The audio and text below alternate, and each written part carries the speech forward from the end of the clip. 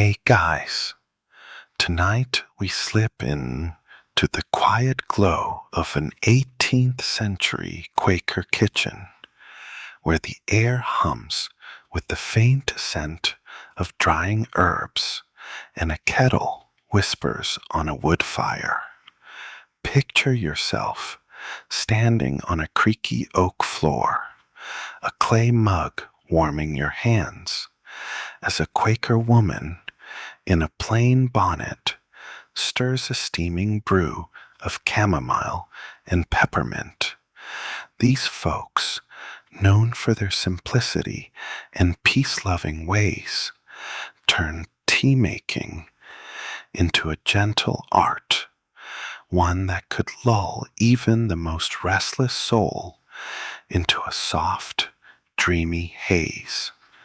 Fair warning, you probably wouldn't survive a day in their world, chopping wood for that fire, hauling water from a well, all before breakfast. So, before you get comfortable, take a moment to like the video and subscribe, but only if you genuinely enjoy what I do here. Drop a comment with your city and local time. I love knowing where you're drifting off from. Now, dim the lights. Maybe turn on a fan for that soft background hum. And let's ease into tonight's journey together. You're in Pennsylvania, sometime around 1750, and the Quakers, formerly the Religious Society of Friends, are brewing something special. Their herbal teas aren't just drinks. They're a ritual, a moment of calm in lives built on hard work and quiet faith.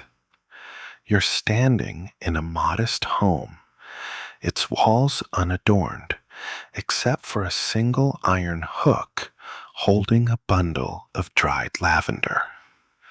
The woman stirring the pot, let's call her Hannah, moves with deliberate care, her apron dusted with flour from earlier bread making. She's not just tossing herbs into water. She's crafting a potion for rest, for peace, maybe even for a neighbor's nagging cough. Quakers were big on community, and tea was a shared language, a way to connect without the fuss of fancy silverware or imported china. Now, let's get one thing straight. These aren't the teas you'd find in a British aristocrat's parlor. No pricey black leaves shipped from halfway across the globe. Quakers leaned hard into what grew nearby. Chamomile from the garden, mint from the creek bank, maybe some sassafras if they were feeling wild. Historians still argue whether their tea obsession came from practical frugality or a deeper spiritual metaphor for simplicity. Either way, you're watching Hannah measure out her herbs with a wooden spoon, her hands steady as she hums a wordless tune. It's hypnotic, like watching a slow dance. The fire crackles, and you notice a quirky detail.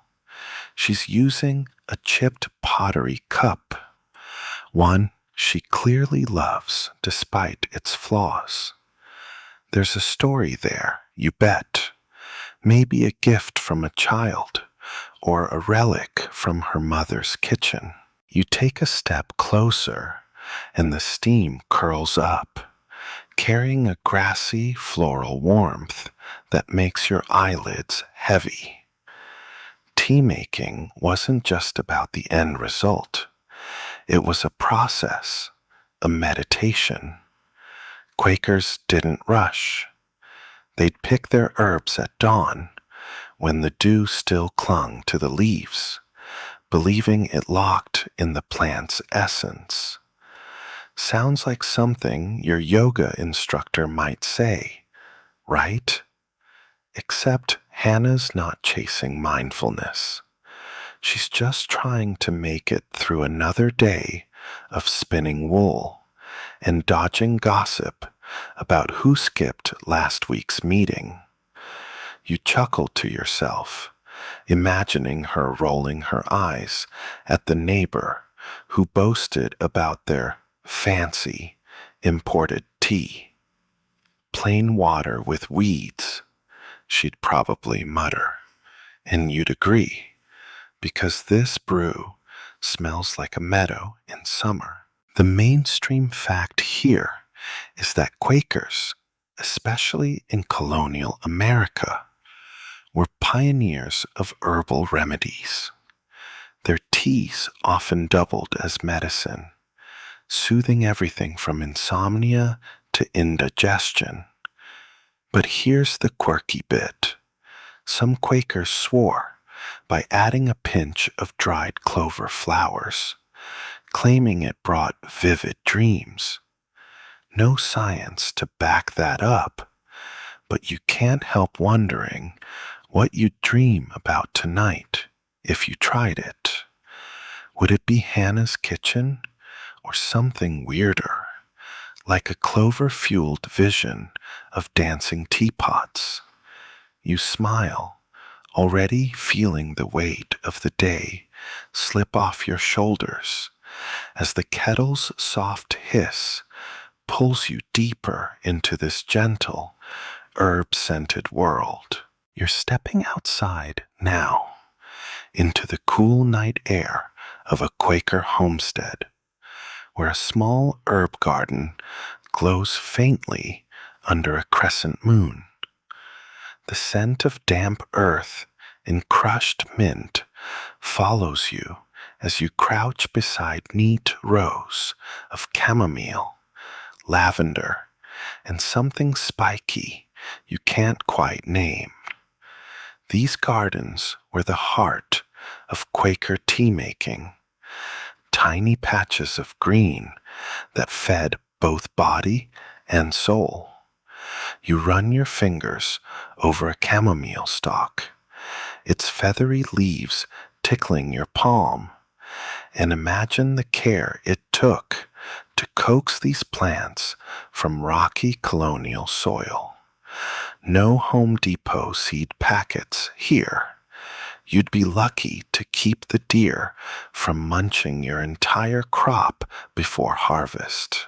Picture yourself as Hannah's helper, basket in hand, picking herbs by moonlight, because she swears the flavors peak at night. It's quiet, save for the rustle of leaves and a distant owl hooting like it's judging your technique. Quakers love their gardens, not just for tea, but for survival. These plots, often tended by women, supplied everything from fever remedies to soup seasonings. You're kneeling in the dirt, your knees damp, as Hannah points out which plants to snip and which to leave for tomorrow. She's particular, and you're trying not to roll your eyes when she corrects your grip on the shears.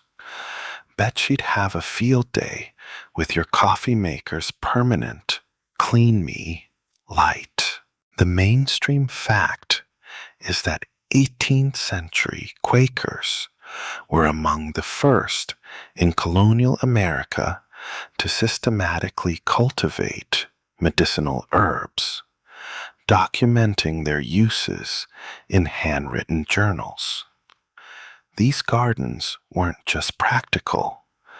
They were a quiet rebellion against dependence on expensive European imports. But here's the quirky tidbit. Some Quakers believed planting by lunar phases made their herbs more potent. No proof, of course, but you're half convinced as you pluck a lavender sprig and its scent hits you like a soft pillow. Historians still argue whether this lunar obsession was folklore or a clever way to sync community tasks. Either way, you're hooked, sniffing each herb like a kid in a candy store. You stand, stretching your back, and notice the garden's layout.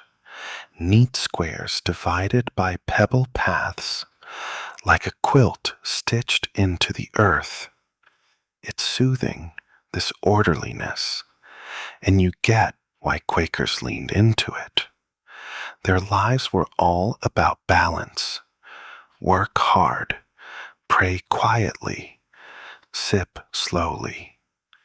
You imagine Hannah out here at dawn, her bonnet shading her eyes, whispering thanks to each plant as she harvests. It's a little woo-woo for you, maybe, but there's something grounding about it, like how you feel when you finally organize your desk after months of chaos. You chuckle, picturing her reaction to your phone's endless notifications. Probably a stern, "thee needs less clamor." The air's getting cooler, and you wrap your shawl tighter, the basket now heavy with tonight's haul. You're learning which herbs make the best teas, but it's more than that. It's the rhythm of the work, the way each snip and snap pulls you deeper into the moment.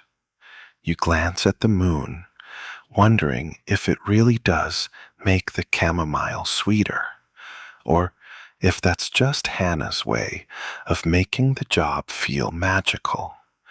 Either way, you're content, your breath slowing as the garden's quiet wraps around you like a warm blanket, urging you to linger just a little longer.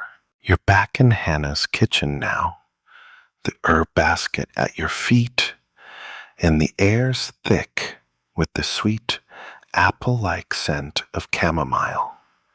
You're learning why this little flower was the rock star of Quaker teas, a go-to for anyone needing to unwind after a day of churning butter or dodging nosy neighbors. Picture yourself sitting at a worn oak table, watching Hannah crumble dried chamomile into a pot of steaming water. The steam curls up, softening the room's edges, and you feel your shoulders loosen, like you've just set down a heavy backpack. This isn't just tea, it's a hug in a cup, and you're starting to get why Quakers swore by it. Chamomile was their secret weapon for sleep, and you're watching Hannah work it like a pro. She's not measuring with fancy spoons. She's eyeballing it, her fingers nimble from years of practice. You lean closer, catching a whiff that's both grassy and cozy, and you wonder how something so simple can feel so luxurious.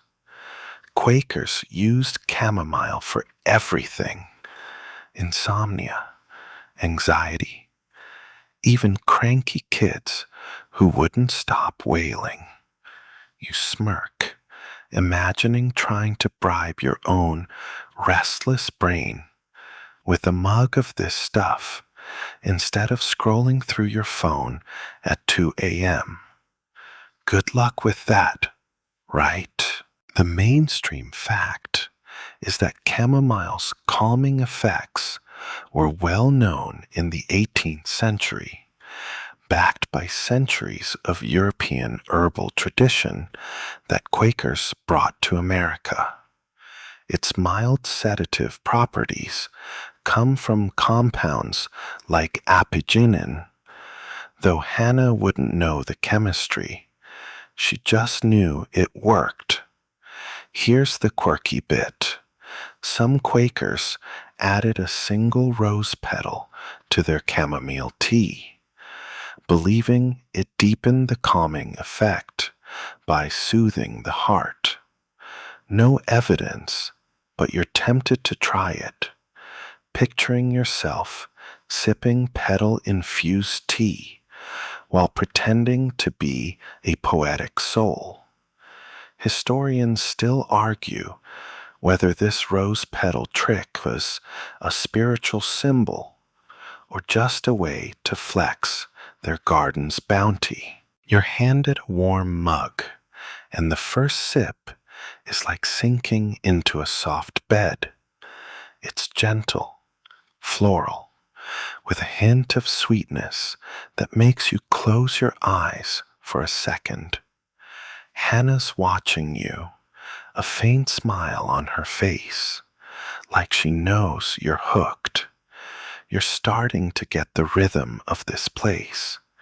The slow pour, the quiet clink of pottery, the way the fire's glow dances on the walls. It's hypnotic, and you're not sure if it's the chamomile or just the vibe, but you're already yawning. You chuckle softly, thinking how your barista would probably charge $7 for this artisan experience. The ritual's what makes it special, though. You're noticing how Hannah pauses before each step, like she's saying a silent prayer for the tea to do its job. It's not rushed, not like your microwave zapped instant coffee.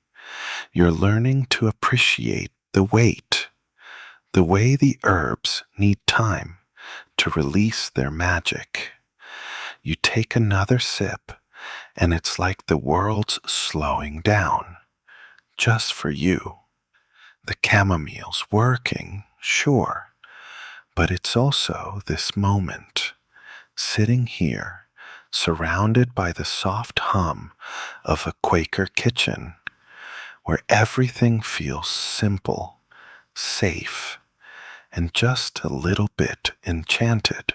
You're still in Hannah's kitchen, but now the focus shifts to a new star, peppermint. Its sharp, zesty aroma cutting through the chamomile's softness like a cool breeze.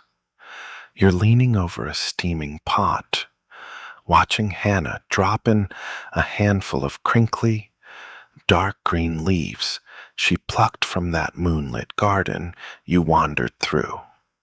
The scent hits you hard, bright, almost cheeky, like it's daring you to stay awake. Peppermint was a Quaker favorite, not just for its kick, but for how it seemed to lift the fog of a long day. You're already imagining how it'd perk up your morning commute, though you'd probably spill it on your shirt. Picture yourself grinding peppermint leaves with a mortar and pestle, the gritty scrape under your hands making you feel oddly productive. Hannah's guiding you, her voice low and steady, explaining how peppermint wasn't just for tea. It soothed upset stomachs and cleared stuffy heads. Quakers loved multitaskers, and this herb was their Swiss Army knife. You're smirking, thinking how your local pharmacies got nothing on this little plant, though you'd bet Hannah never had to deal with a low battery warning on her kettle. The fire pops, and you flinch, earning a raised eyebrow from her. Oops, city kids not cut out for colonial life. The mainstream fact is that peppermint's medicinal use exploded in 18th century America, with Quakers documenting its benefits for digestion and headaches in their community records.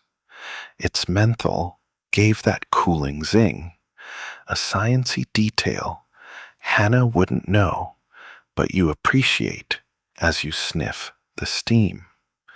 Here's the quirky tidbit. Some Quakers swore peppermint tea sharpened their dreams, like it was downloading visions from the universe. No proof, but you're half tempted to chug a mug and see if you dream of flying teapots. Historians still argue whether this dream-enhancing claim was spiritual hype or just the placebo effect of a good brew. You're sipping a cup now, the peppermint's bite softened by a touch of honey Hannah slipped in when you weren't looking. It's refreshing, like a splash of cold water on your face, but warm, cozy. How does that even work? You're starting to get why peppermint was a hit, especially on chilly Pennsylvania nights when the wind rattled the shutters. You glance at the garden basket, remembering those neat rows you saw under the moonlight, and feel a pang of respect for the work behind this mug. It's not just tea, it's a whole process, from seed to sip, and you're weirdly proud of your pretend role in it. The rhythm of the kitchen's pulling you in deeper, the clink of a spoon, the soft hiss of the kettle, Hannah's quiet hum as she sorts more leaves. You're noticing how she uses every bit of the plant, even the stems, because wasting's not the Quaker way. You chuckle, thinking how she'd lecture you for tossing out half your takeout last week. The peppermint's waking you up just enough to keep you hooked, but the kitchen's warmth is tugging you back toward that sleepy haze, like a tug of war you're happy to lose. You're leaving Hannah's kitchen now, stepping into the dusky glow of a Pennsylvania evening, your boots crunching on a path toward a wilder patch of land where Quakers forage for tea herbs. The air's crisp, laced with pine and something earthy, and you're trailing Hannah as she scans the ground for plants like a treasure hunter. She's got a basket slung over her arm, her eyes sharp despite the fading light, pointing out nettles and wild mint hiding among the ferns. You're trying to keep up, but you're half distracted by a firefly blinking like it's mocking your city dweller clumsiness. Foraging's no joke. You'd probably starve out here without Hannah's eagle eyes. Picture yourself bending low, your fingers brushing prickly leaves as she teaches you which plants are tea-worthy and which'll leave you itching for days. Quakers didn't just rely on their gardens. They scoured meadows and creek banks for free ingredients, turning nature into their pantry. You're gingerly plucking wild chamomile, its tiny white flowers glowing like stars against the grass, and you're starting to feel like a pro until you grab a weed by mistake and Hannah chuckles. Bet she'd laugh harder at your fridge's sad ketchup packets. The only foraging you've done lately. The mainstream fact is that 18th century Quakers were skilled foragers, using local flora to supplement their herbal teas. a practice rooted in their self-reliance and deep knowledge of the land. This wasn't just about saving money. It was survival in a world without corner stores. Here's the quirky tidbit. Some Quakers believed certain wild herbs, like yarrow, carried protective spirits if picked at twilight. No evidence, but you're clutching your chamomile a little tighter, wondering if it's got any magic. Historians still argue whether these beliefs were remnants of old European folklore or a uniquely Quaker spin on nature's gifts. You're deeper in the meadow now, the air cooling as crickets start their nightly hum. Hannah's showing you how to spot wild peppermint by its square stems. Who knew plants had geometry? And you're marveling at how she knows every leaf's secret. The basket's filling up, and you're getting the hang of it, though your back's whining from all the bending. You smirk, imagining your gym buddy's face if you suggested foraging as a workout. The rhythm's soothing, though. Step, scan, snip, repeat, like a meditation you didn't sign up for but can't quit. You're noticing details now, the way nettles lean toward the creek, the faint minty tang on your fingers. It's pulling you into the moment, away from your usual mental clutter. The sky's a deep indigo, and you're turning back toward the homestead, basket heavy with tonight's haul. You're tired but satisfied, like you've unlocked some ancient skill you didn't know you had. Hannah's quiet, but her nod says you did get okay. You're already dreaming of the tea this'll make, the way it'll warm your hands and ease you into sleep. The meadow's fading behind you, but its calm lingers, wrapping you in a gentle hum that feels like home. You're back at the Quaker homestead, but now you're up in a dusty barn loft, where the air smells like hay and sun-warmed wood.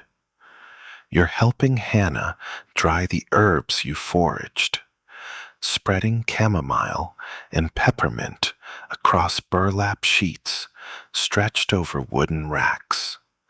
The loft's quiet, just the rustle of leaves and the occasional creak of a beam settling, like the barn's sighing after a long day. You're arranging the herbs in thin layers, careful not to crush them, as Hannah explains how slow drying keeps their flavor and potency. It's meticulous, and you're half laughing at how you'd usually just toss leftovers in the fridge and call it a day. Picture yourself kneeling on the rough floor, your hands dusted with herb flecks, while golden light slants through a cracked window, catching motes of dust like tiny stars. Quakers took drying seriously. Too much moisture, and the herbs would mold. Too fast, and they'd lose their soul. You're turning over a sprig of mint. It's scent sharp enough to wake you up, and you're starting to respect the patience this takes. You smirk, imagining Hannah's horror at your microwave's defrost button. Pretty sure she'd call it witchcraft. The mainstream fact is that 18th century Quakers mastered herb preservation, using natural ventilation and shade to dry plants, a technique that ensured their teas stayed potent through harsh winters. This was critical for communities far from apothecaries or trade routes. Here's the quirky tidbit. Some Quakers hung small bundles of lavender near their drying racks, believing it warded off bad airs that could spoil the herbs. No science behind it, but you're sniffing the air, wondering if that faint floral note is doing the trick. Historians still argue whether this was practical pest control or a nod to old superstitions about lavender's protective powers. You're getting the hang of it now, spreading the herbs evenly, your fingers learning their textures. Chamomile's feathery softness, peppermint's waxy snap. You're recalling that moonlit garden and the meadow forage, how each step builds to this moment. The loft's warmth is lulling, like a soft blanket, but the mint's zing keeps you alert enough to notice details.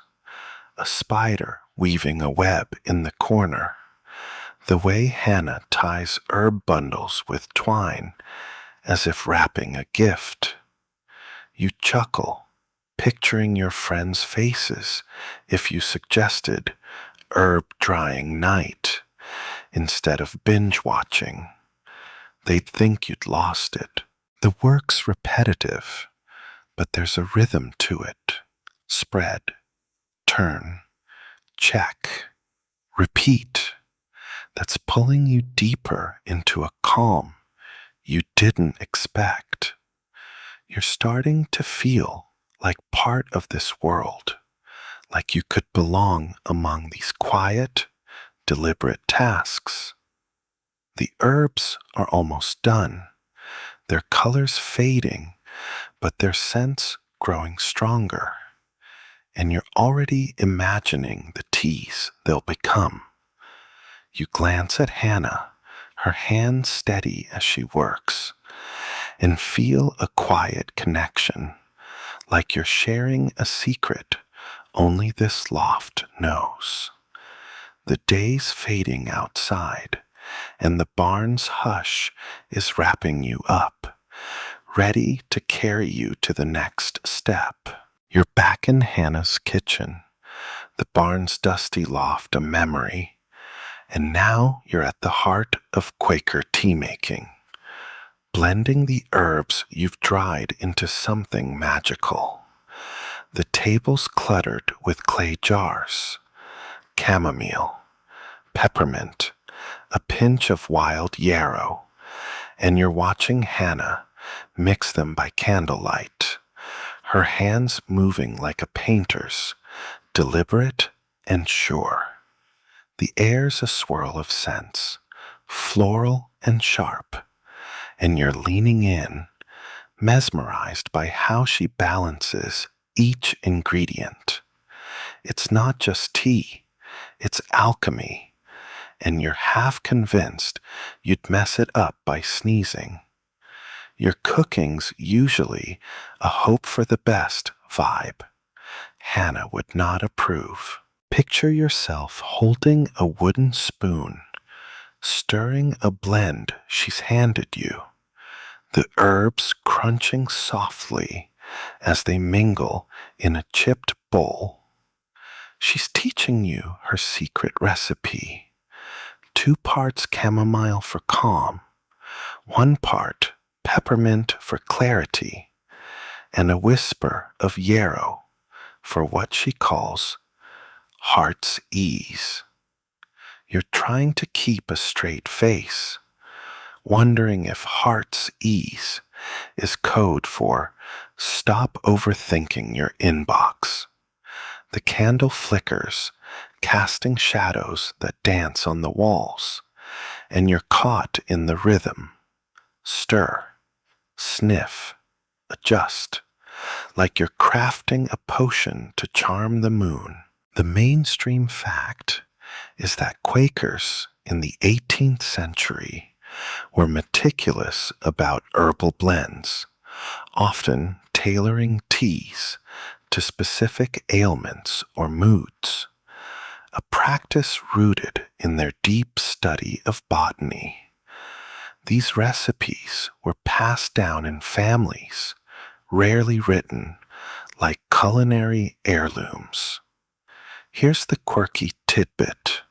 Some Quakers added a single dried violet to their blends, believing it brought gentle dreams of loved ones. No proof it worked, but you're picturing yourself sipping violet tea and dreaming of your childhood dog. Historians still argue whether these floral additions were symbolic gestures or just a way to make teas taste fancier. You're tasting the blend now, a warm sip from a pottery mug, and it's perfect, soft, zesty, with a faint earthy note that grounds you. You're starting to get why this was worth the effort, from that moonlit garden to the barn's racks. You chuckle, imagining Hannah's reaction to your instant tea bags. She'd probably toss them in the fire. The blending's slow, almost meditative, and you're noticing how Hannah pauses to smell each mix, her eyes half closed, like she's listening to the herbs. It's a little weird, sure, but you're trying it too, and the scents are pulling you deeper into this quiet world. The kitchen's glow feels like a bubble, shielding you from the outside chill. You're recalling the chamomile's softness, the peppermint's kick, and now this blend, tying it all together. You're stirring again, your hand steadier, and you feel a flicker of pride when Hannah nods.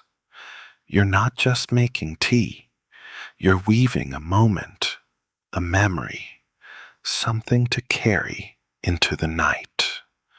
The candle's burning low, but the warmth in your mug is enough, and you're ready to let this blend work its sleepy magic.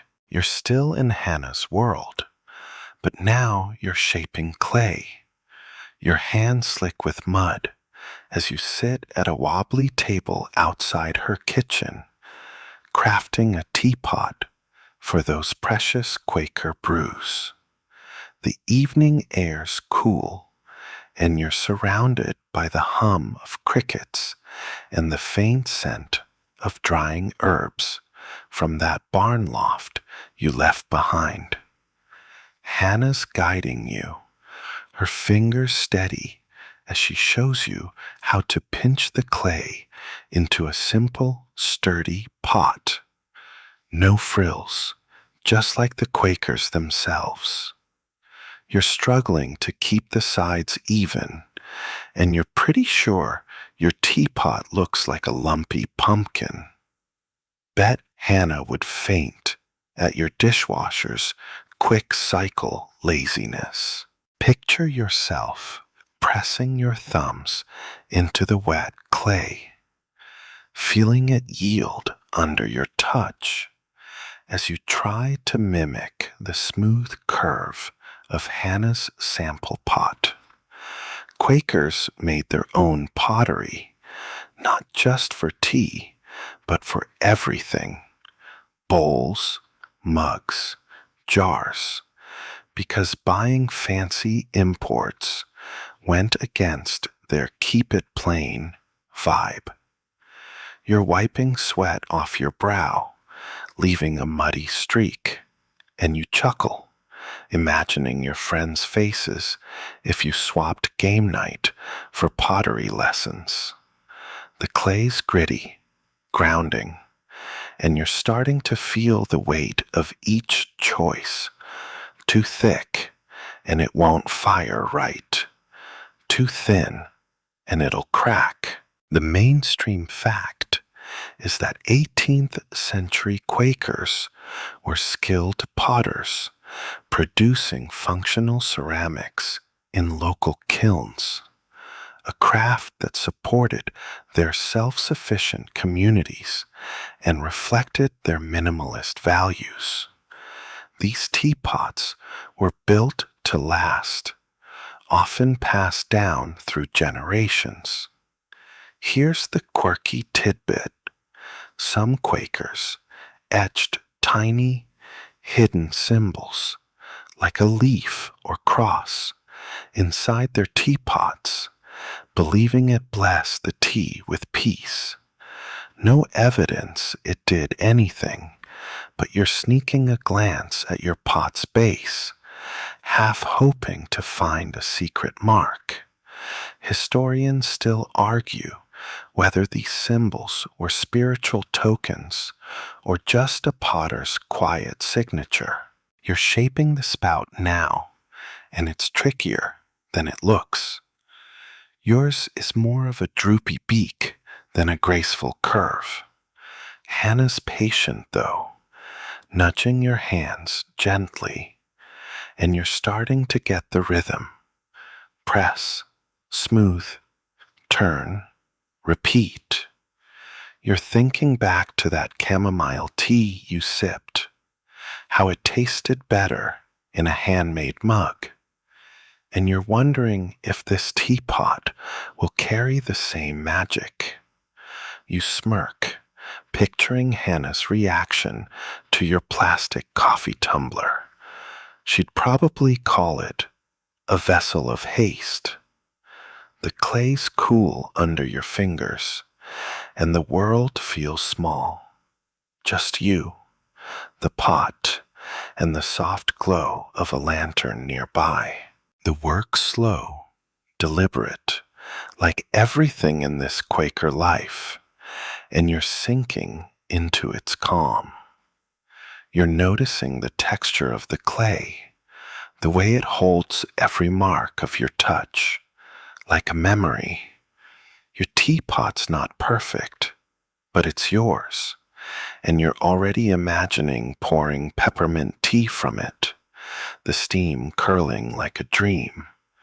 Hannah nods, her eyes crinkling, and you feel a quiet pride, like you've earned a place in this gentle, earthy world. You're sitting cross-legged on a woven mat in Hannah's modest parlor, a steaming mug of chamomile peppermint tea in your hands as you soak in the Quaker way of life.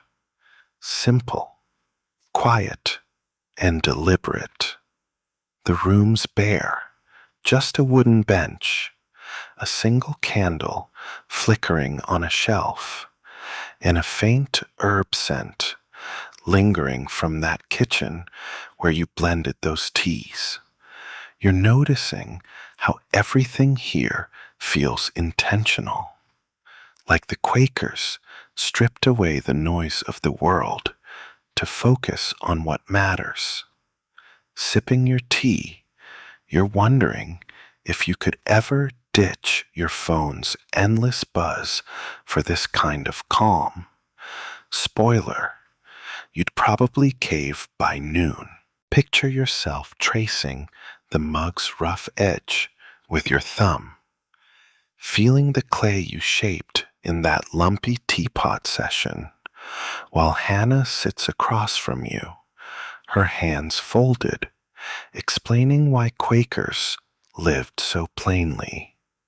Tea wasn't just a drink, it was a reflection of their values. No excess, no vanity, just honest herbs from the earth. You're trying to wrap your head around it, especially when you think of your closet's pile of maybe I'll wear this someday clothes. You chuckle softly imagining Hannah's stern look if she saw your impulse buy coffee maker still in its box. The mainstream fact is that Quakers in the 18th century embraced simplicity as a spiritual discipline, rejecting luxury goods like imported teas or ornate teaware to focus on community and faith. Their plain lifestyle was a protest against the materialism of colonial society. Here's the quirky tidbit. Some Quakers believe drinking tea from a simple mug strengthened their inner light, a kind of divine spark they all carried. No proof it worked, but you're sipping slowly, wondering if your inner light's getting a boost, or if it's just the tea's warmth. Historians still argue whether this tea simplicity link was a moral stance or a practical choice in lean times. You're settling into the moment. The tea's floral zing softening the edges of your thoughts. The parlor's quiet is almost loud, broken only by the candle's faint sputter and a distant owl hoot. You're starting to get why Quakers love this. No distractions, just you and the present. You smirk, picturing your boss's face if you suggested a silent tea break at work. The tea's grounding you, though, each sip pulling you deeper into this world of plain wood and honest flavors. You're remembering the garden, the barn, the blending, every step that led to this mug, and it feels like a story you're living, not just hearing. Hannah's watching you, her eyes kind but sharp, like she knows you're half dreaming. You're noticing how the mug's warmth spreads through your hands, how the tea's aftertaste lingers, clean and calm. It's not just about the drink, it's the act of slowing down, of letting the world shrink to this room, this moment. You're already yawning, the parlor's hush wrapping you up like a quilt, and you're ready to sink deeper into this gentle, tea-scented life. You're no longer alone in Hannah's parlor.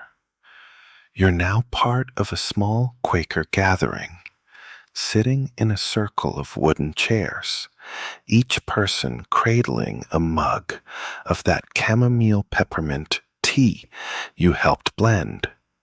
The room's warm, lit by a few candles, and the air hums with the soft clink of pottery and the faint herbal scent that's become your anchor in this world.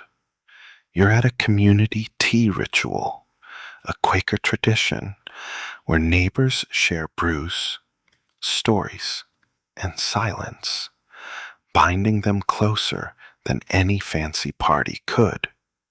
You're trying to sit still, but your foot's twitching.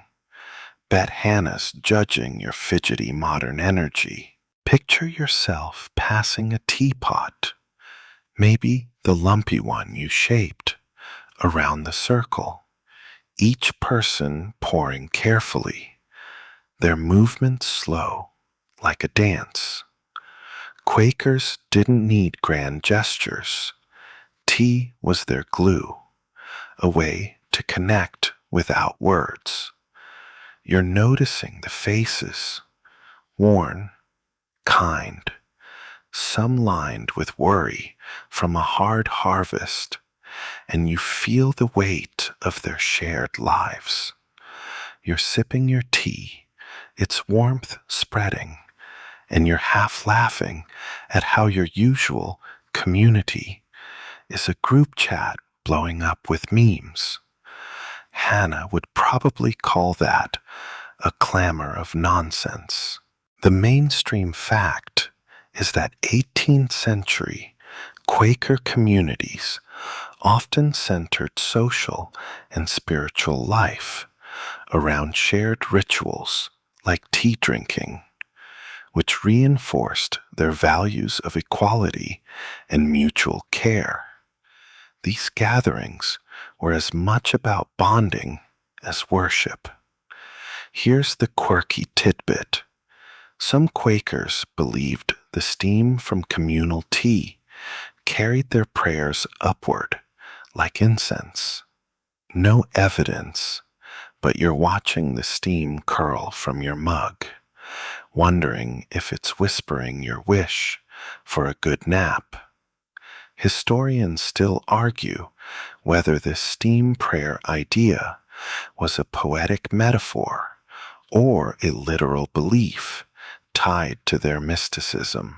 You're settling into the circle's rhythm, the silence broken only by a soft cough or the creak of a chair. Someone offers you a biscuit, plain, of course, and you take it, feeling oddly honored. The tea's familiar now, its floral zesty mix grounding you, and you're remembering the garden, the barn, the blending that brought you here. You chuckle quietly, imagining your friends' faces if you suggested a tea and silence hangout. They'd think you joined a cult, but there's something powerful in this quiet, in the way each sip feels like a shared promise to show up for each other. The candles are burning low, and you're noticing how the group's stillness is contagious, your own breathing slowing to match. You're part of something bigger now, not just a visitor. The tea's warmth is sinking deep, and you're starting to feel the pull of sleep. The room's hush, wrapping you like a soft shawl. Hannah catches your eye, her nod saying you're doing okay, and you're ready to let this moment carry you further into the night. You're still in the Quaker circle, but the focus shifts to the mugs in everyone's hands, filled with tea that's more than just a drink. It's medicine, or so they claim. You're sipping your chamomile peppermint blend, its warmth seeping into your bones, while Hannah whispers about the healing powers of these herbs. The room's soft glow and the faint herbal steam make you feel like you're in a healer's den, not a plain parlor. You're half expecting her to pull out a spell book, but it's just tea, and you're wondering if it could fix your Monday headaches. Probably not. Your inbox is beyond herbal help. Picture yourself listening as Hannah lists ailments this tea supposedly cures: sleeplessness, sour stomachs, even melancholy of the spirit.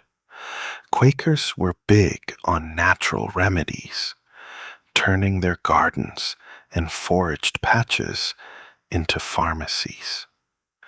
You're holding your mug tighter, noticing how the tea's floral kick soothes your throat, and you're starting to buy into the hype. You smirk, imagining pitching this to your doctor. Forget pills, just give me Hannah's weed juice.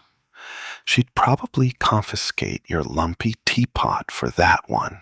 The mainstream fact is that 18th century Quakers extensively used herbal teas as medicine, relying on plants like chamomile and peppermint for their documented calming and digestive benefits, a practice shared with Native American and European traditions. These teas were often the only treatment in remote colonies. Here's the quirky tidbit.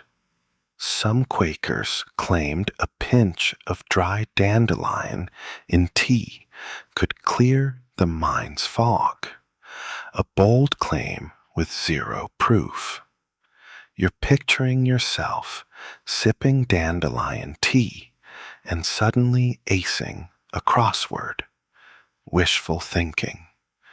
Historians still argue whether these bold claims were based on observation or hopeful folklore passed down through generations.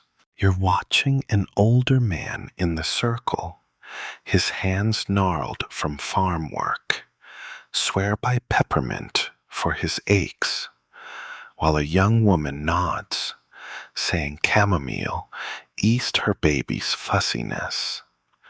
It's like a colonial infomercial, and you're hooked, wondering what else these herbs can do. You're remembering the garden you wandered, the barn where you dried those leaves, and the blending that made this mug possible. You chuckle softly, thinking how your medicine cabinet's stocked with neon-colored pills, while these folks trusted plants and prayer. The tea's working its magic, though. Your eyelids are heavy, and the room's hush is pulling you deeper. The conversation's fading, and you're noticing how the tea's warmth feels like a gentle hand on your shoulder, easing you toward rest. Hannah's voice is a low hum, listing more cures, and you're half listening, half drifting, caught in the spell of this herbal world. You're starting to believe in the tea's power, or maybe it's just the quiet, the community, the care in every sip, the candlelight's dimming, and you're ready to let this moment carry you closer to sleep, your mug still warm in your hands. You're stepping out of the parlor's glow, your mug of tea left behind, and into the bustling hum of a Quaker market, where you're bartering for rare herbs to elevate those brews you've come to love. The air's thick with smells, fresh hay, baked bread, and the sharp tang of dried lavender, and you're weaving through stalls, your basket bumping against your hip. Hannah's at your side, haggling with a trader over a bundle of sage, her voice firm but kind. You're trying to keep up, but you're distracted by a kid selling apples, his grin wider than your wallet after a bad online sale. Bartering's tricky. You'd probably trade your phone for a shiny rock by mistake. Picture yourself holding a small sack of dried hyssop, a prized herb, Hannah says, adds a minty depth to tea. Quakers didn't flash coins often. They swapped goods. Your chamomile for my wheat, your peppermint for my wool.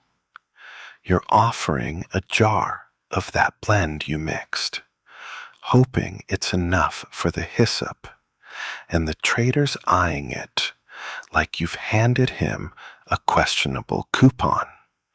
You're feeling the pressure, chuckling at how your grocery store's self-checkout never makes you negotiate. Hannah seals the deal, though, tossing in a knitted scarf, and you're off with your prize, feeling like a colonial deal maker. The mainstream fact is that 18th century Quaker markets were hubs of bartering, where communities traded homegrown herbs and goods, fostering interdependence and keeping cash scarce in line with their frugal values. These exchanges built trust across towns. Here's the quirky tidbit. Some traders slipped a sprig of rosemary into deals, believing it sealed good faith, a custom with no clear origin. You're clutching your hyssop, wondering if rosemary's hiding in there, promising you won't get shortchanged.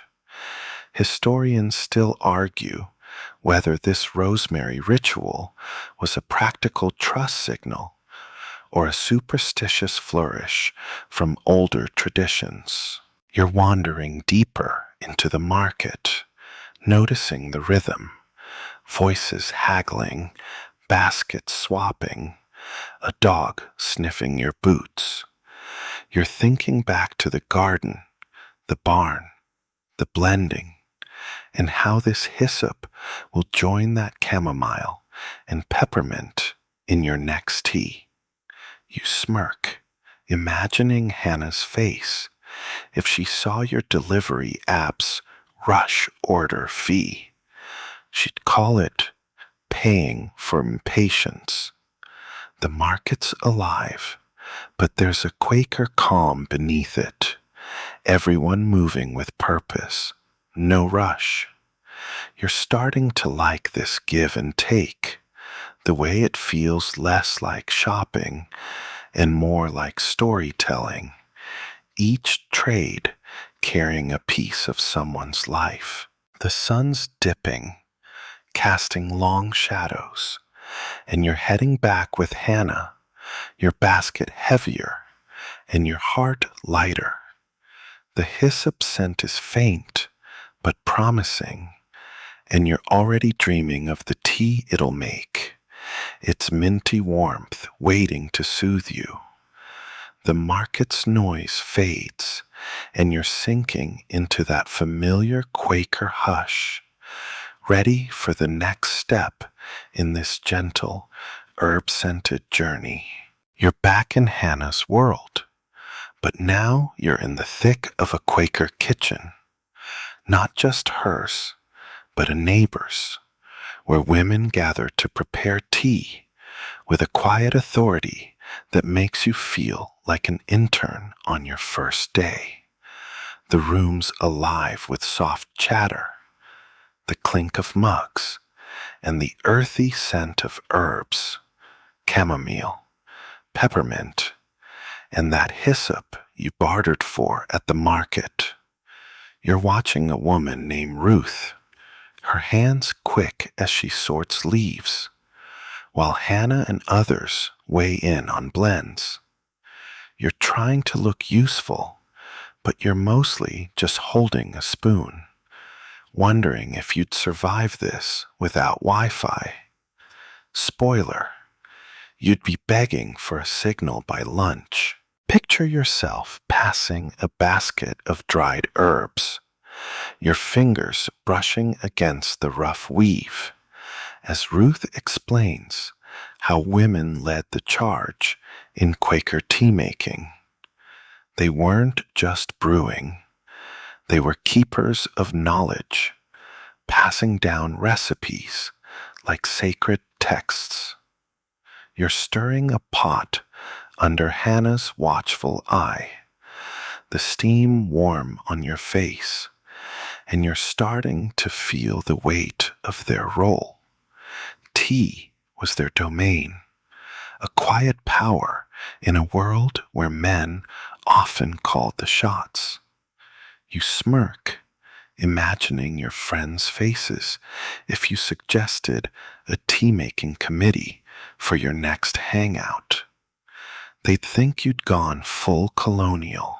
The mainstream fact is that in 18th century Quaker communities, women were central to herbal tea production, managing gardens, blending recipes, and sharing medicinal knowledge, which gave them influence in domestic and communal life. This was a rare sphere of authority for women in colonial America. Here's the quirky tidbit. Some women tucked a single lavender bud into their aprons while brewing, believing it brought clarity to their decisions. No proof it worked, but you're eyeing the lavender jar, wondering if it'd help you pick a Netflix show faster. Historians still argue whether this lavender custom was a practical focus aid or a subtle spiritual ritual. You're getting the hang of it now.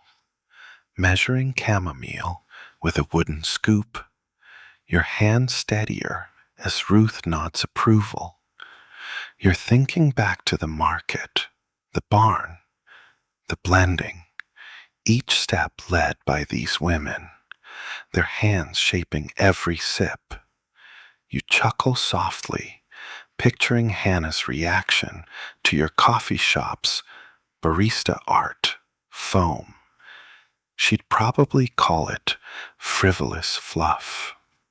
The kitchen's rhythm is pulling you in, the way each woman moves, like part of a quiet orchestra. Chop, stir, pour.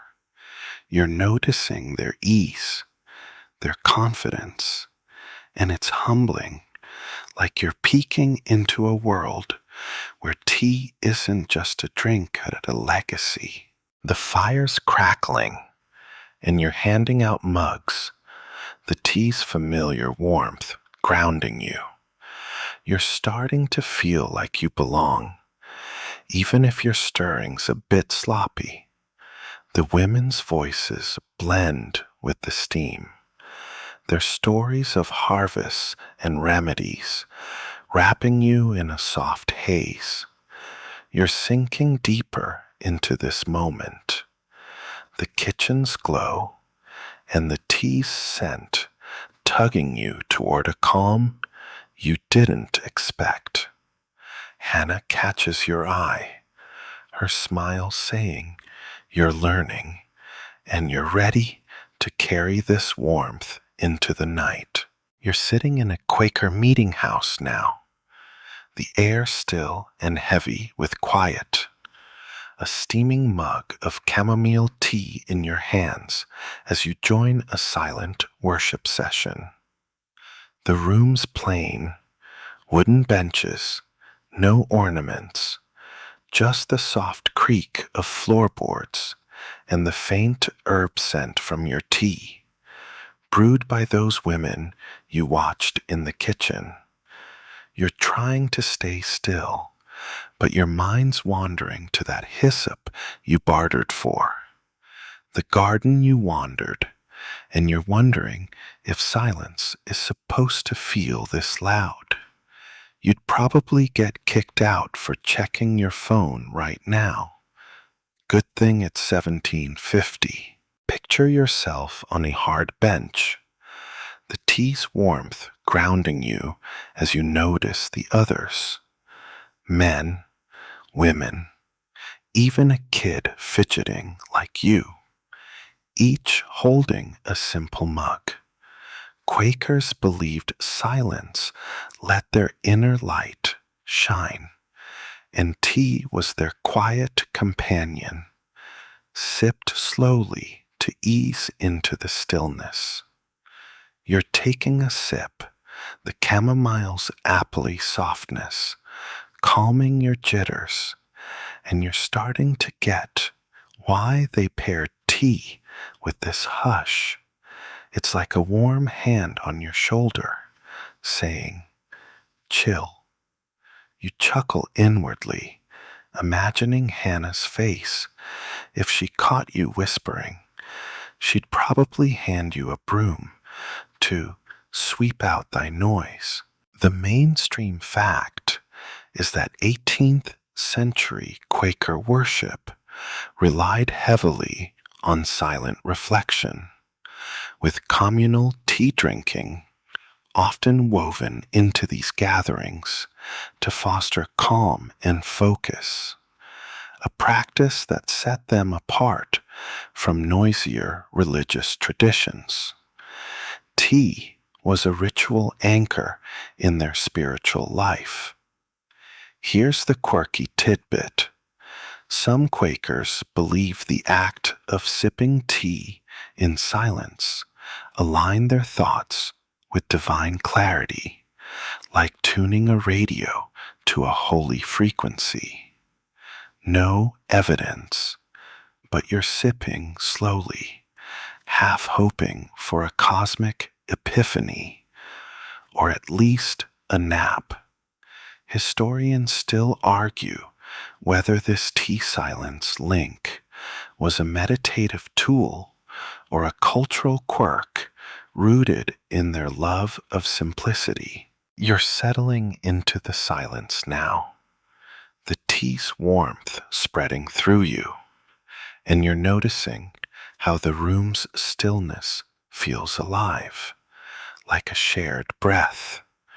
You're thinking back to the blending, the pottery, the market, every step that made this mug possible, and it feels like a thread tying you to this moment. You smirk, picturing your friends' reactions to a silent tea party. They'd last 10 seconds before someone cracked a joke. But here, the quiet's working, pulling you deeper into a calm you didn't expect. Each sip a gentle nudge toward peace. The kid across from you shifts, and you catch Hannah's eye, her nod steadying you.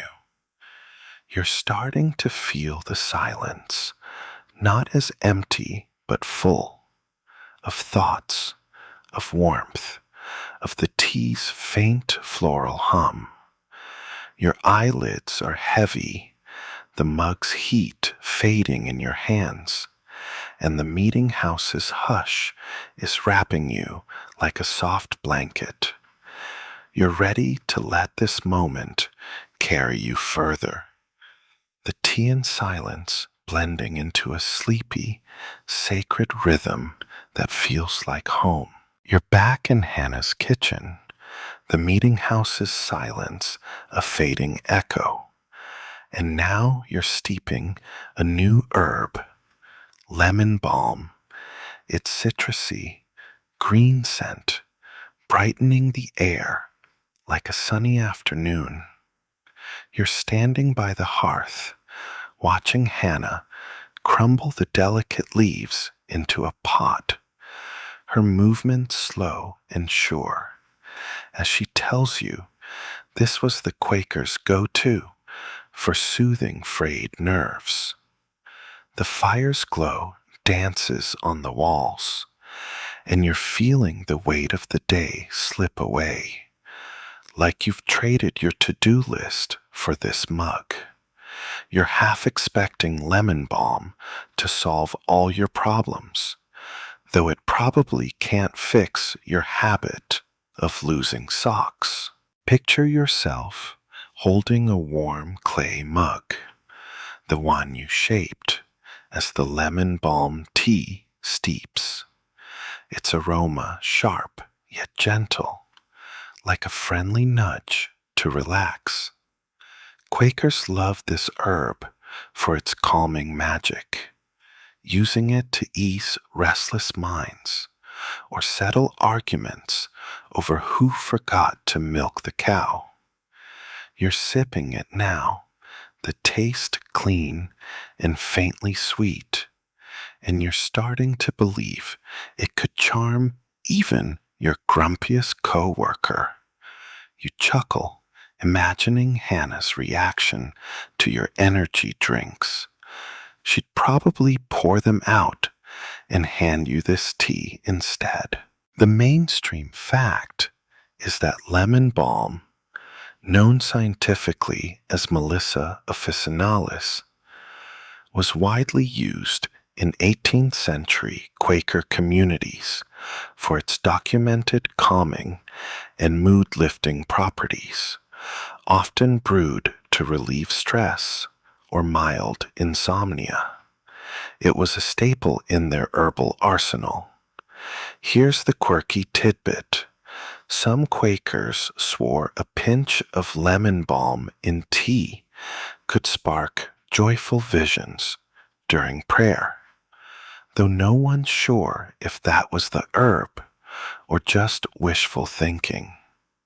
You're picturing yourself sipping this and seeing rainbows. Not likely, but it's a fun thought. Historians still argue whether these claims were based on lemon balm's mild sedative effects or spiritual hopes tied to its uplifting scent. You're leaning against the table, the mug warming your hands, and you're noticing how the lemon balm's brightness cuts through the kitchen's cozy haze.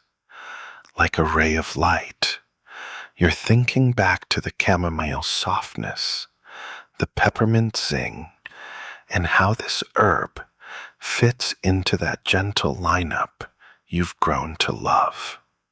You smirk, picturing your barista's face. If you asked for lemon balm latte, they'd probably call security.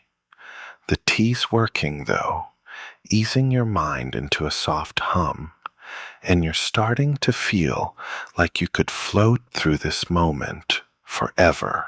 Hannah's humming softly, sorting more herbs, and you're caught in the rhythm. Stir, sip, breathe. You're remembering the garden, the market, the silent worship, and how each step led to this bright, calming brew. The kitchen feels like a sanctuary, the tea a quiet gift, and you're sinking deeper into its warmth. Your eyelids growing heavy as the lemon balm's gentle magic pulls you toward a dreamy, citrus-scented haze. You're cozied up by Hannah's hearth, the kitchen's bustle swapped for the crackle of a fire and the warm glow of logs casting shadows on the walls. You're cradling a mug of lemon balm tea, its citrusy hum still lingering, as Hannah spins quirky tales about tea making passed down through her Quaker kin. The air's thick with the scent of burning wood and dried herbs, and you're sinking into the stories, each one a thread tying you to that garden, that market, those silent sips. You're half wondering if you'd trade your streaming subscriptions for nights like this. Probably not, but it's tempting. Picture yourself on a low stool, the mug's heat seeping into your palms, as Hannah recounts a tale about her great aunt who swore she saw a guiding star after drinking chamomile tea under a full moon. It's the kind of story that makes you grin, like something your quirky uncle would whisper at a family bonfire. Quakers loved their fireside yarns, using tea as a backdrop to share wisdom or just poke fun at life's oddities.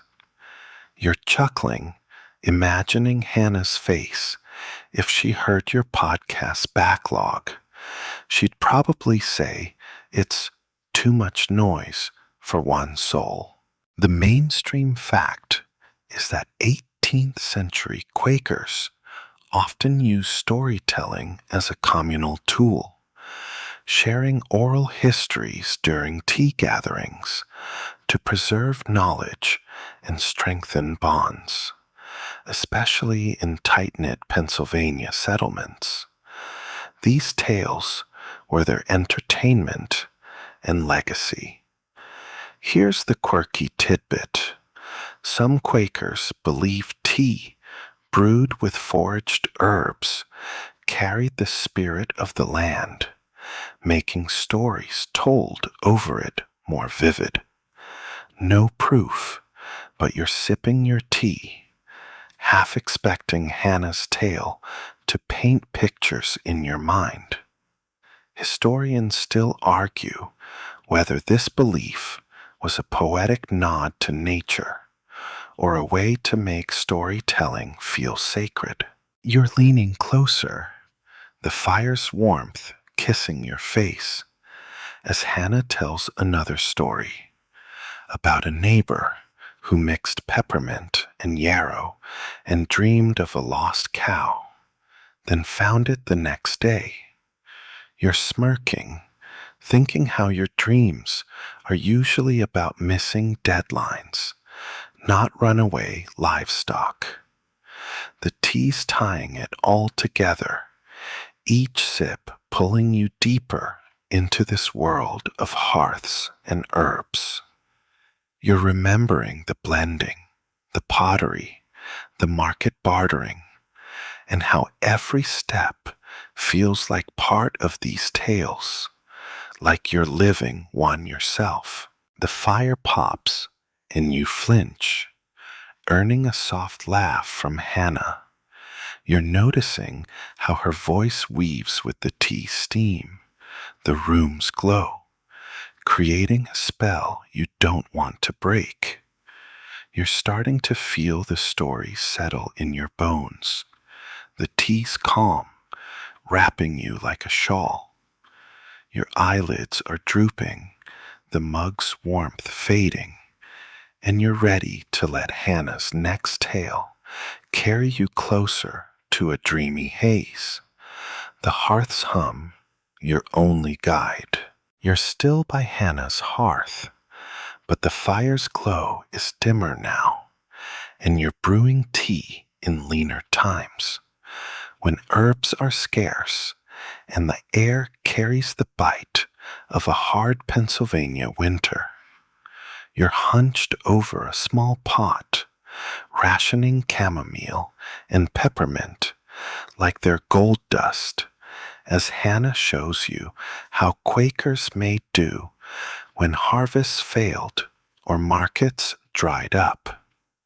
The kitchen's colder, the herb jars nearly empty, and you're feeling the weight of scarcity, wondering how you'd cope without your grocery delivery app. Spoiler, you'd be eating snow and crying by day 2. Picture yourself crumbling a pinch of brittle leaves into the pot, your fingers trembling from the chill, as Hannah explains how to stretch what little they had. Maybe a single sprig of lemon balm to lift the spirit. Quakers were masters of resilience, turning sparse ingredients into something warm and sustaining. You're stirring slowly, the steam faint but precious, and you're starting to respect their grit.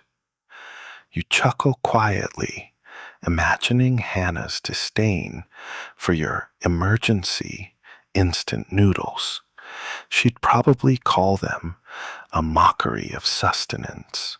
The mainstream fact is that 18th century Quakers often faced resource shortages, especially during harsh winters or trade disruptions, and adapted by rationing herbs and sharing tea communally to maintain morale and health. This ingenuity kept their communities tight-knit. Here's the quirky tidbit. Some Quakers added dried apple peels to their tea when herbs ran low, believing it brought a touch of orchard hope.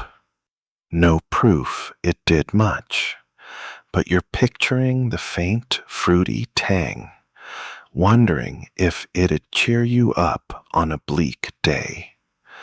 Historians still argue whether this apple peel trick was a practical flavor boost or a symbolic nod to better seasons. You're sipping the tea now, its flavor thin but comforting, like a whispered promise of spring.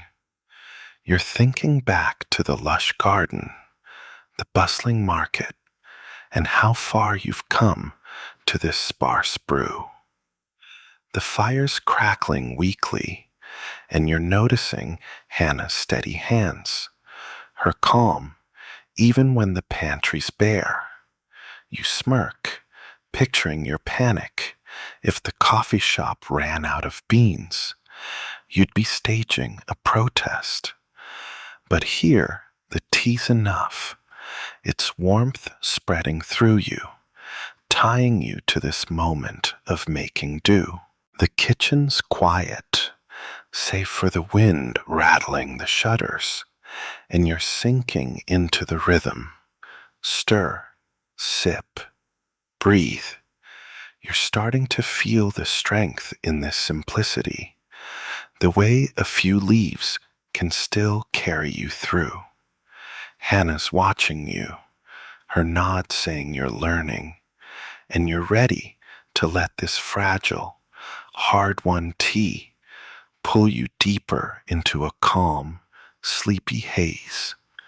The winter's chill fading as the mug warms your hands. You're in a Quaker home, not Hannah's, but a neighbor's, where children are gathered around a low table, their small hands clumsily sorting chamomile and peppermint for tea under the watchful eye of an older girl, Sarah.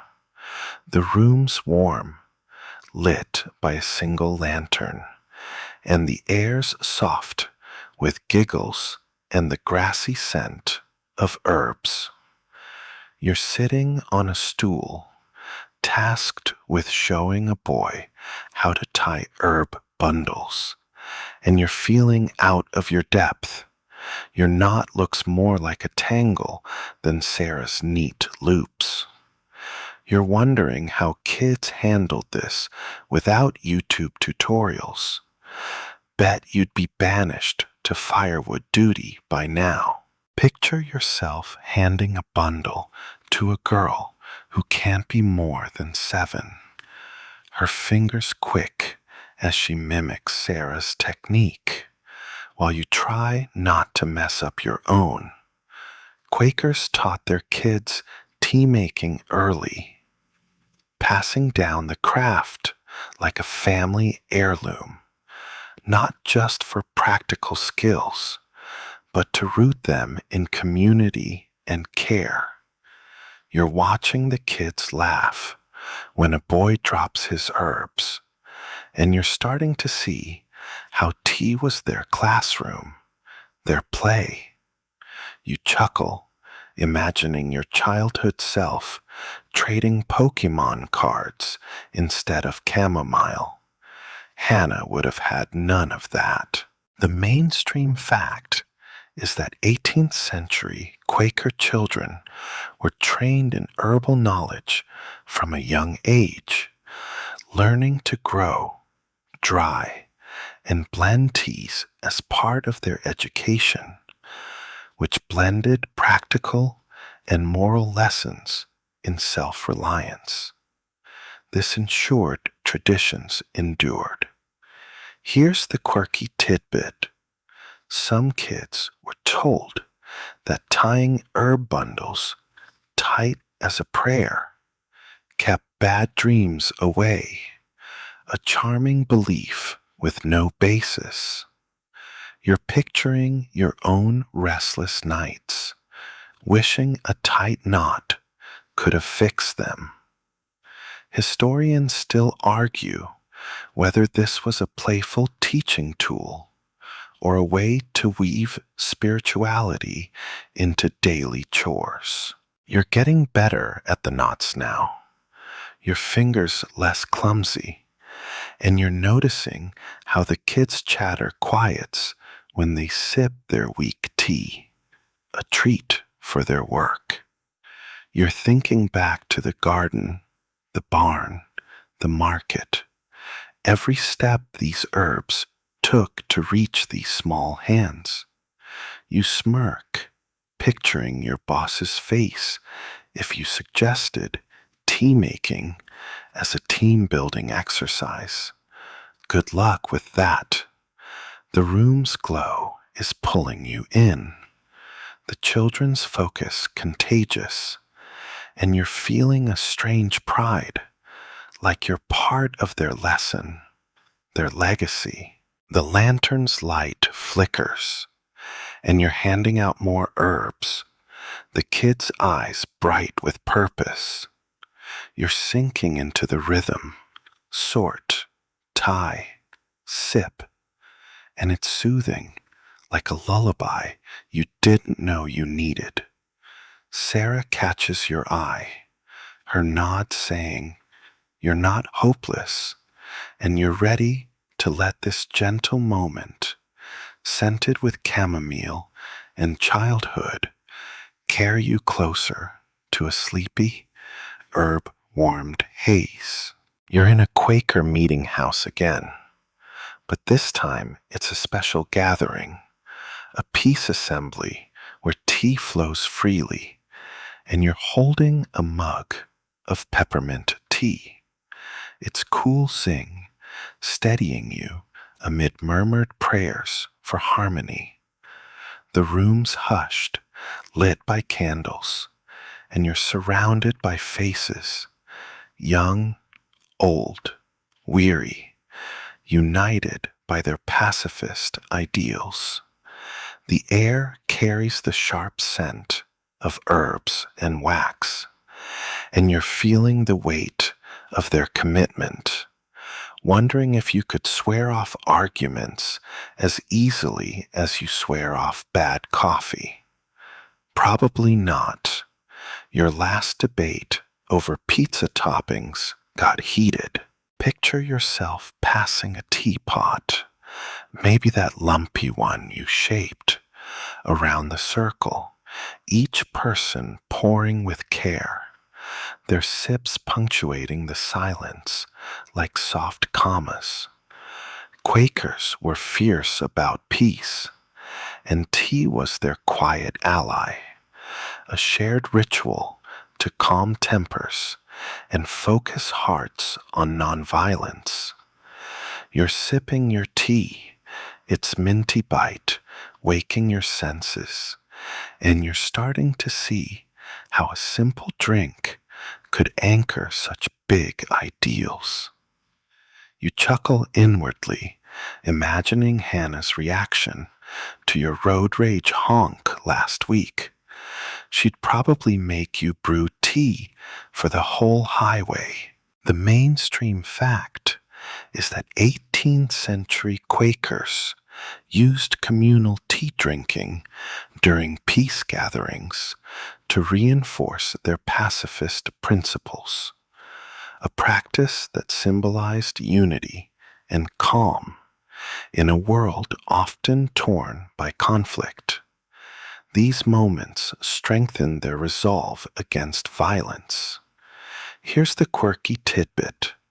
Some believed peppermint tea, sipped in prayer, sharpened their inner peace, like a spiritual energy drink. No proof, but you're savoring the mint, half hoping it'll zen you out for good. Historians still argue whether this was a symbolic act, or if Quakers genuinely thought tea boosted their moral clarity. You're settling into the circle's rhythm, the tea's warmth spreading through you, and you're noticing how the silence feels purposeful, like a vow you're all keeping. You're thinking back to the market, the kitchen, the children tying herb bundles, every step that led to this mug, this moment. You smirk, picturing your friends' faces. If you suggested a peace tea meeting, they'd probably spike it with something stronger. But here, the tea's enough. Its clean flavor tying you to this group, their quiet strength humbling you. The candles flicker, and you're catching a nod from an elder across the circle, his eyes kind but firm. You're sinking deeper into the tea's minty calm. The meeting house's hush, wrapping you like a soft cloak. Your eyelids are heavy, the mug's heat fading in your hands, and you're ready to let this peaceful, herb-scented moment pull you closer to a gentle, sleepy haze, the promise of harmony lingering like the tea's aftertaste. You're standing in Hannah's parlor, the peace gatherings calm a memory, and now you're caught in a quiet debate about imported teas. Fancy black leaves from far-off lands that some Quakers crave, but others, like Hannah, scoff at. The air's warm, scented with the familiar chamomile and peppermint from your mug, but there's a tension, like a polite tug of war over values. You're holding your tea, brewed from that garden you wandered, and you're wondering if you'd pick local herbs over your overpriced coffee shop brew. Honestly, you'd probably sneak both. Picture yourself listening as a young man. Thomas argues for imported tea's rich flavor, his hands waving like he's selling a dream, while Hannah counters that it's a costly betrayal of simplicity. Quakers were split on this. Some saw exotic teas as harmless treats, others as a slippery slope to vanity. You're sipping your mug, its earthy warmth grounding you, and you're starting to side with Hannah, though you'd never admit your own weakness for imported snacks. You chuckle, imagining her reaction to your online shopping cart. She'd probably lecture you on chasing worldly glitter. The mainstream fact is that in the 18th century, Quakers faced growing access to imported goods like black tea, sparking debates within their communities about adhering to simplicity versus embracing global trade, a tension that reflected broader colonial shifts. These discussions shape their identity. Here's the quirky tidbit. Some Quakers believed imported tea carried restless spirits from distant lands, unsettling the drinker's peace.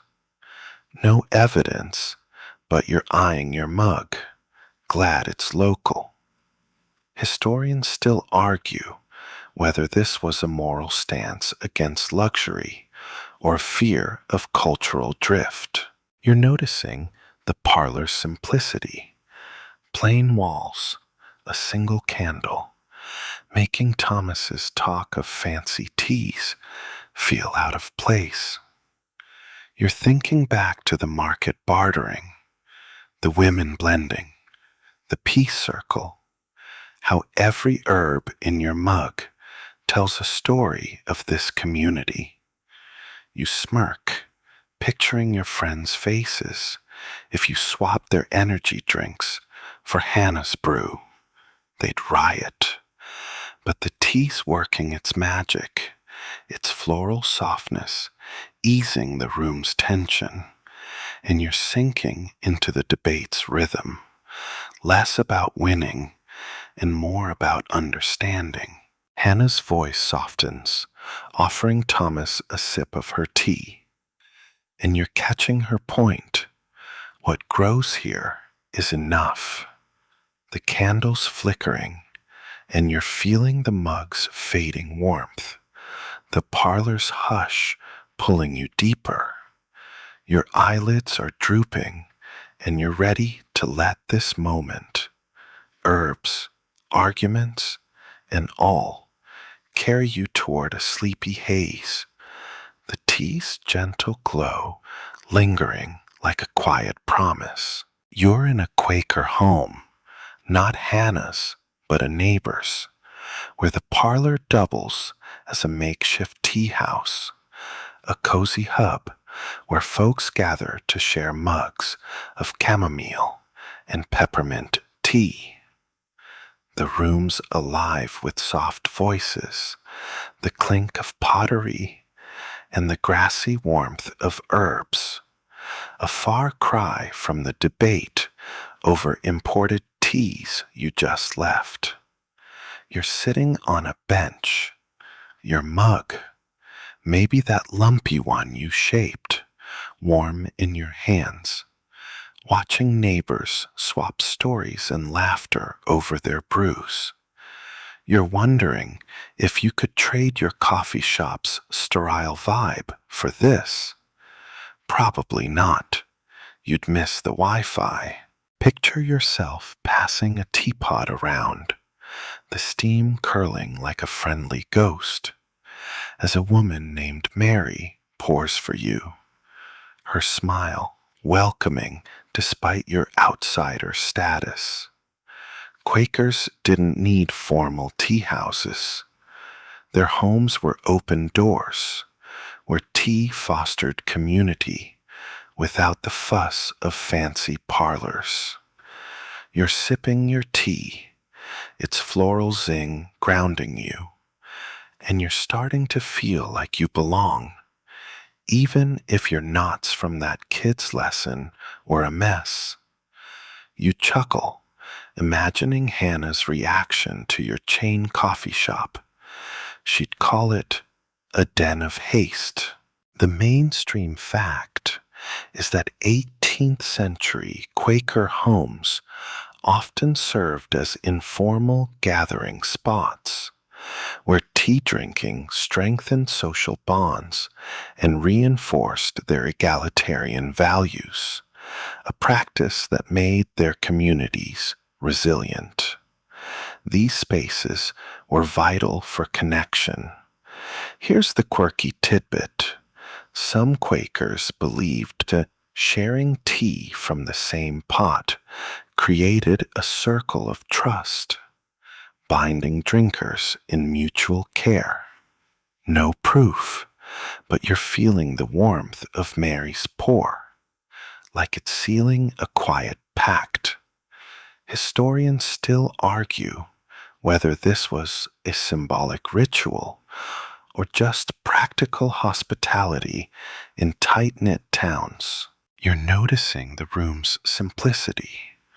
Plain benches, a single lantern, but it's buzzing with life, each sip a thread in the conversation. You're thinking back to the market, the peace circle, the women's kitchen, how every herb in your mug carries their work, their care. You smirk, picturing your friends' faces if you suggested a tea house night at your place. They'd probably bring soda. The tea's pulling you in, though, its softness easing you into the chatter, the laughter, the sense of being part of something bigger. Mary's refilling your mug, and you're catching a nod from a man sharing a story about a lost goat. The room's glow is wrapping you up, the tea's warmth sinking deep, and your eyelids are getting heavy.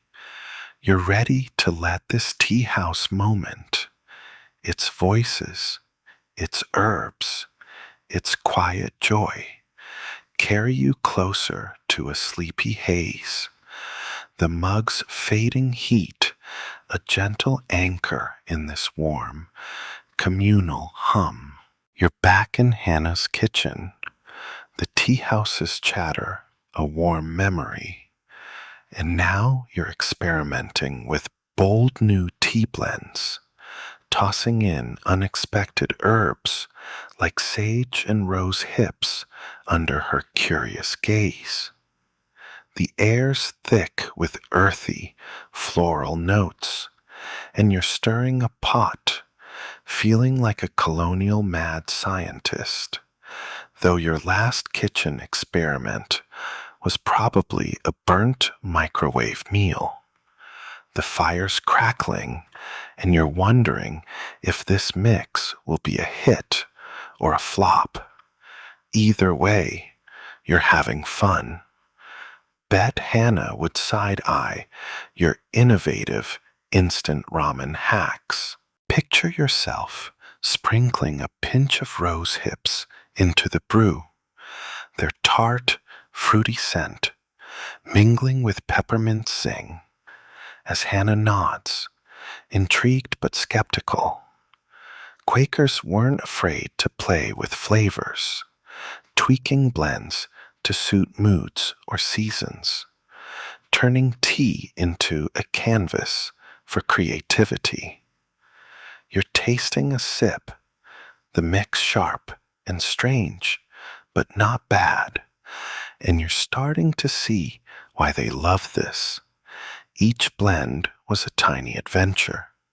You chuckle, imagining your friends' faces if you serve them sage tea. They'd probably fake a cough and bolt. The mainstream fact is that 18th century Quakers often experimented with local herbs, creating unique tea blends that reflected their resourcefulness and deep knowledge of plants, a practice that added variety to their simple diets. These trials were both practical and cultural. Here's the quirky tidbit. Some Quakers believed a new blend could shift the spirit's tide, like a mood reset button. No evidence, but you're sipping this sage rose hip mix, wondering if it'll make you feel like a poet. Historians still argue whether these experiments were driven by necessity or a playful streak in their otherwise plain lives. You're adjusting the blend now, adding a touch more chamomile to soften the sage's bite, and you're thinking back to the garden, the market, the tea house, how every herb carries a story you've lived. You smirk, picturing Hannah's reaction to your smoothie blender. She'd call it a noisy contraption. The kitchen's glow is pulling you in, the steam curling like a question mark, and you're noticing how Hannah's eyes light up when you get the mix right. It's a small win, but it feels big, like you're part of this creative herbal world. The pot's simmering, and you're sinking into the rhythm. Stir, taste, tweak. The tea's warmth is spreading through you, a strange but cozy mix that's starting to feel like home. Your eyelids are drooping, the kitchen's hush wrapping you up, and you're ready to let this bold, experimental brew carry you closer to a sleepy haze, the herb's new dance lingering on your tongue. You're back by Hannah's hearth. The experimental tea blends cooling in their jars, and now you're sipping a familiar chamomile peppermint mix while she spins stories over steaming teacups, her voice weaving tales of harvests, neighbors, and quiet miracles. The fire's glow bathes the room in gold, and the air's soft with herb scents and wood smoke, pulling you deeper into this Quaker world. You're cradling your mug, maybe that lumpy one you shaped, and you're wondering if you'd trade your noisy life for these fireside nights. Probably not. You'd miss your playlists, but this is nice. Picture yourself leaning closer, the tea's warmth seeping into your hands, as Hannah tells of a woman who brewed tea for a sick friend and saw her recover by dawn, like the herbs whispered a cure. Quakers love storytelling over tea, using it to share wisdom, laughter, or just the day's small joys. You're grinning at her tale of a clumsy trader who spilled his peppermint stash, and you're starting to feel the tea's magic, each sip tying you to her words. You chuckle, imagining Hannah's reaction to your social media stories. She'd probably call them fleeting vanities. The mainstream fact is that 18th century Quakers use tea drinking as a storytelling ritual, strengthening community bonds and preserving oral histories in a time when written records were scarce for many. These moments were their legacy. Here's the quirky tidbit. Some believe tea brewed with foraged herbs made stories stick in the listener's heart like a charm. No proof, but you're sipping slowly, hoping Hannah's tales linger past tonight. Historians still argue whether this was a poetic belief or a way to make storytelling feel sacred in their plain lives. You're thinking back to the tea house, the market, the children's herb bundles, how every step of this tea's journey feeds these stories, like roots to a tree. You smirk, picturing your friends' faces if you suggested a tea and tales night. They'd probably live stream it instead. The fire pops, and you flinch, earning a soft smile from Hannah. You're noticing how her voice blends with the tea steam, the room's warmth, creating a spell that's hard to break. Each story feels like a gift, tying you to this community, this hearth, this mug. The tea's cooling, but its floral zing keeps you anchored, your eyelids growing heavy as Hannah's voice softens. You're sinking into the rhythm. Sip, listen, drift. And it's like the stories are carrying you somewhere safe, somewhere warm. You're ready to let this moment, this tea-scented tale, pull you closer to a sleepy haze, the hearth's hum, and Hannah's words wrapping you like a gentle dream. You're still by Hannah's hearth, the storytelling's glow lingering, and now you're sipping a mug of lemon balm tea, its citrusy hum grounding you as you explore tea's quiet spiritual role in Quaker life. The fire's embers pulse softly, casting a warm haze over the room, and the air's laced with herbs and the faint crackle of burning wood.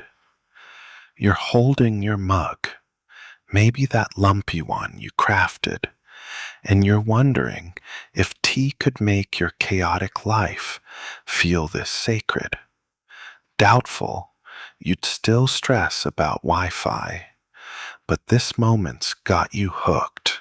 Picture yourself listening as Hannah explains how Quakers saw tea as more than a drink, a gentle ritual that mirrored their inner light, that divine spark they believed guided them. You're sipping the tea, its bright warmth spreading, and you're starting to feel how a simple mug could carry such weight, like a prayer you can taste. Quakers used tea to center themselves, especially during silent worship or tough days, and you're noticing how the act of sipping slows your racing thoughts. You chuckle, imagining Hannah's reaction to your meditation app's robotic voice. She'd probably brew you this tea and tell you to hush. The mainstream fact is that 18th century Quakers integrated tea into their spiritual practices, using its calming effects to enhance reflection and communal worship, a practice that aligned with their focus on simplicity and mindfulness. Tea was a sacred tool. Here's the quirky tidbit. Some Quakers believed tea brewed with garden herbs carried a whisper of grace, like a divine nudge toward clarity. No proof, but you're savoring the lemon balm, half hoping for a holy hint, or at least a good nap. Historians still argue whether this was a symbolic metaphor or a genuine belief in tea's spiritual power. You're thinking back to the silent meeting house, the tea house, the storytelling, how every herb in this mug ties to those moments, those people. You smirk, picturing your friends' faces. If you called tea sacred, they'd probably dunk cookies in it and laugh. But here, the tea's different. Its warmth sinking deep, like it's part of the hearth's pulse. You're noticing Hannah's quiet focus as she sips her own mug, her eyes soft, and it's like the tea's knitting you both to this moment, this faith, this calm. The fire's fading, and you're sinking into the rhythm. Sip, breathe, drift. The tea's citrusy glow is pulling you deeper, your eyelids heavy as the room's hush wraps you like a shawl. You're ready to let this spiritual sip, this herb-scented stillness, carry you closer to a sleepy haze. The mug's warmth, a quiet bridge to something sacred, something soft. You're still in Hannah's world, but the hearth's embers are barely glowing now, and you're curled up on a bench, a final mug of chamomile tea in your hands, its gentle floral warmth easing you into a Quaker twilight. The room soft, almost dreamlike, with only the faint hum of a distant cricket and the lingering scent of herbs, chamomile, peppermint, lemon balm, wrapping you like a whisper. You're thinking of the garden, the market, the stories, and how this tea ties it all together, wondering if you could carry this calm into your noisy life. Probably not. You'd still panic over a dead phone battery. Picture yourself sipping slowly, the mug's heat fading as the world shrinks to this moment, this bench, this tea. Quakers knew how to end a day, quietly, deliberately, letting the tea's softness pull them toward rest. You're noticing the way the chamomile's aptly note lingers like a lullaby you can taste, and you're starting to feel your thoughts blur, your body heavy. You chuckle softly, imagining Hannah's reaction to your late night scrolling. She'd hand you this mug and tell you to rest thy restless mind. The mainstream fact is that 18th century Quakers used herbal teas like chamomile as a nightly ritual, valuing their calming effects to prepare for sleep and reflection, a practice rooted in their holistic approach to health and faith. It was their unwind button. Here's the quirky tidbit. Some believed chamomile tea sipped at dusk could call gentle spirits to guard their dreams. No proof, but you're half dreaming already, picturing a friendly ghost tucking you in. Historians still argue whether this was folklore or a poetic way to embrace sleep's mystery. You're sinking deeper, the tea's warmth a soft anchor, and you're remembering every step, the foraging, the blending, the tea house laughter. You smirk, thinking how your friends would scoff at this boring ritual, but it's working, pulling you into a haze where the world feels safe, simple. The room's fading, and you're letting it, your eyelids drooping as the chamomile's glow carries you towards sleep. Now, let's slow it down. Let the world slip away. You're cradled in this moment, the mug's warmth a fading echo, like a star blinking out in a vast, quiet sky. The herbs, the hearth, Hannah's steady presence, they're all softening, blending into a gentle hum that wraps you like a quilt. You're safe here, in this twilight, where the tea's last sip lingers, sweet and calm, guiding you to a place where dreams wait, patient and kind. Let your breath ease, let your thoughts drift, like leaves on a still pond, and sink into the night, where the world is nothing but a whisper, a glow, a sigh. Sleep's calling, and you're ready, wrapped in the Quaker's quiet gift, carried softly to rest.